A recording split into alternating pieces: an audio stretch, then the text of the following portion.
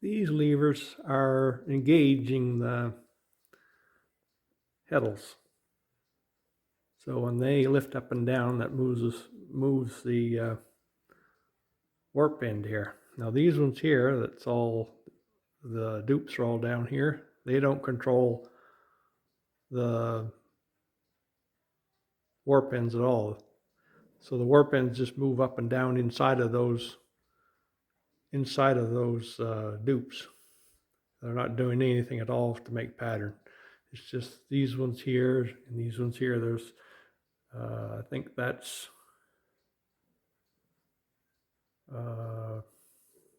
red block. Forget what number 9 and 10 are. Shafts 9 and 10.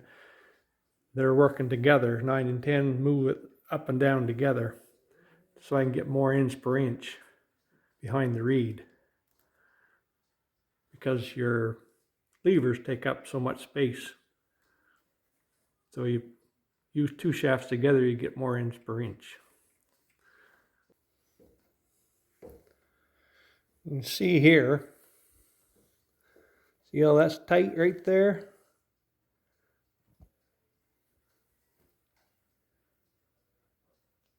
That dupe is drawn tight, so the warp end is going to move with the heddle. Now over here, one of these loose ones, you see, you have quite a range of movement. That can go clear down the bottom, and that doesn't move that warp end at all, with that being loose. That can go clear the bottom or raise clear the top. It will not raise or lower that warp end.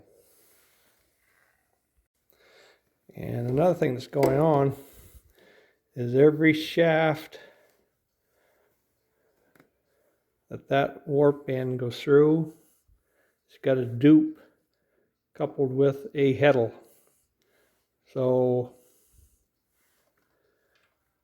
this particular one, I got two shafts working as one when I'm weaving, but when I thread this, I got shaft 10, shaft 8, 6, and 4, all threaded through a dupe that goes in a heddle. And then the next series is 9, 7, 5, 3. So that warp end that goes through those shafts has a dupe with a heddle along with it. So because I'm alternating threading of the shafts, I don't put that in say 9 and 10 on the same warp end. It's staggered. So we'll just press one of the treadles and you'll see how the shafts move. Okay, the shafts that go up are going to raise warp ends, but only these ones here are going to be raising the warp ends. These ones are not doing anything. So you got shafts 3 and 4 here working together, and then you got 5 and 6 back there. And again, the same thing. If there's like these ones over here, these are going to do your moving of your warp ends, but the ones over here aren't going to do anything. Back here, we got some doing the same. We got nothing happening over here, and we've got these levers here that's going to lift and lower. In this case, those back shafts are all lifting, but they're only lifting where these ones are engaged.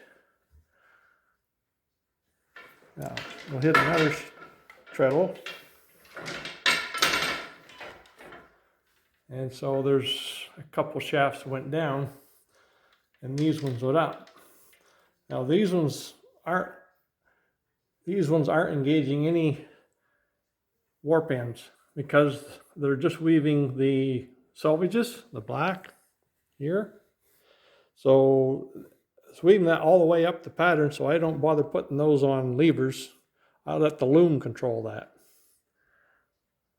So I don't have these two levers here controlling that outside block, same over here. I don't have the two levers to control the warp ends. But these here levers aren't doing a thing right now because they're not engaged. It's just the levers that have this tying down around the bottom end. Those ones are the engagement ones, and these ones over here are not.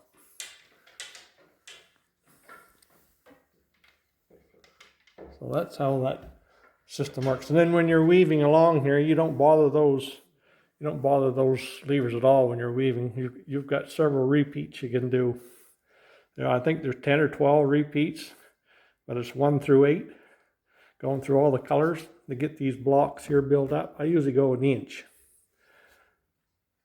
And you don't touch those until you're ready to change your row of blocks here to the next series of blocks. Yes, this is a typical row of blocks here. A little width there. These black borders, I don't have levers on those, but it's just showing that if I did have levers, the blue shafts would be engaged. The levers, I mean, would be pulling tight on the warp ends, so they'll be active. So when your shafts move up and down, your warp ends move with it.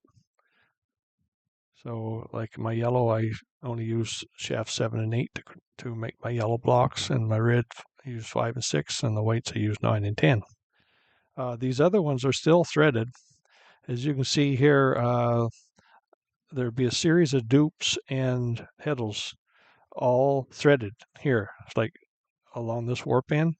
So 10, 8, 6, 4 would all have a dupe and a heddle, and the warp end would be threaded through it, through all them. And then your shafts 1 and 2 are your ground shafts, so they're just controlled with regular shaft with heddles, and nothing special's done there. And so like 9 and 10 move together as one shaft to give me more ends per inch. So I have to break it up when I thread because they're on different shafts or whatever, but it's a different warp end. That's like having 10, 10, 10, 10 threaded across there instead of 10, 9, 10, 9. That's why you get the different numbers here. But as I say, that warp goes through all them shafts, and they're in the heddle in the shaft, in the dupe. And the tie-up here never changes. It's the same throughout all the weaving. The black lowers shafts, and the white are the lifts. And the sequence of colors is black, red, yellow, white all the way through, and there's 8 hicks per each repeat. As you can see here, treadle 1 is only lifting shaft number 2 because these other ones aren't engaged. Up here, 5, 6, 7, 8 are not engaged, and 3 and 4 engaged, but they're actually going down because it's tied with black. In the black blocks here, that means they go down. So the only one going up is shaft 2, which is here. And your shaft 2 will always lift in the first 4 lifts. And as you can see, 3 and 4 are also lifting in the next 3 lifts. And then this, everything changes for the next 4 picks. It's your shaft 1 that's going up on every pick, but your 3 and 4 are still going up, because the other ones are not engaged.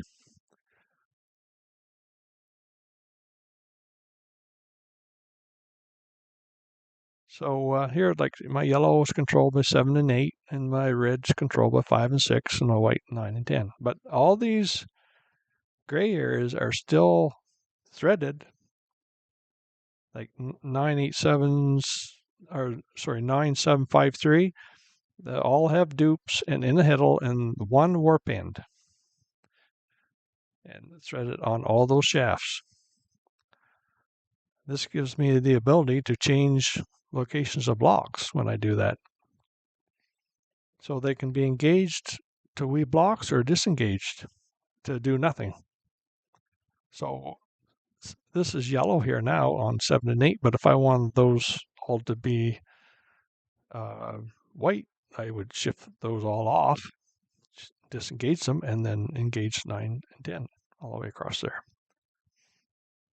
So that's the beauty of the system.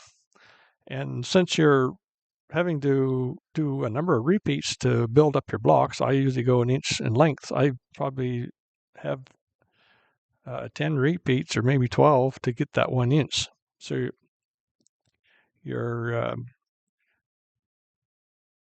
shifting of the levers is less frequent. But it's almost like weaving 4 layers as far as the speed of the weaving, because you're using 4 shuttles. It's like almost like doing 4 layers. And I've done 4-layer weave before, and it's the same thing. You're, as far as the speed of doing it, just because you're using so many shuttles, you got to shuffle them around. But that's in a nutshell how this all works. It's pretty simple layout. It just takes some time to set up, and it's almost like a jacquard by the time you get it set up, because then you can control everything by just, or like change the blocks whenever you wish. And maybe some you might not change, some you will, and gives you a lot of freedom.